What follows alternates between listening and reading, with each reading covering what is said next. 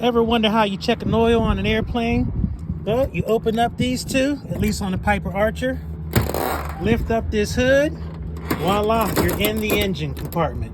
See? And then right here is your oil dipstick. Twist that off, pull it on out, and you check your oil level. I want to see 6. I see 6, looks great. Put that back on. You never turn it too tight. Student pilots, don't turn that too tight. And then close it on up.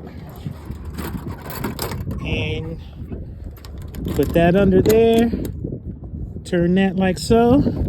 Put that under there. Turn that like so. And you got it. Oil has been checked. Let's go fly.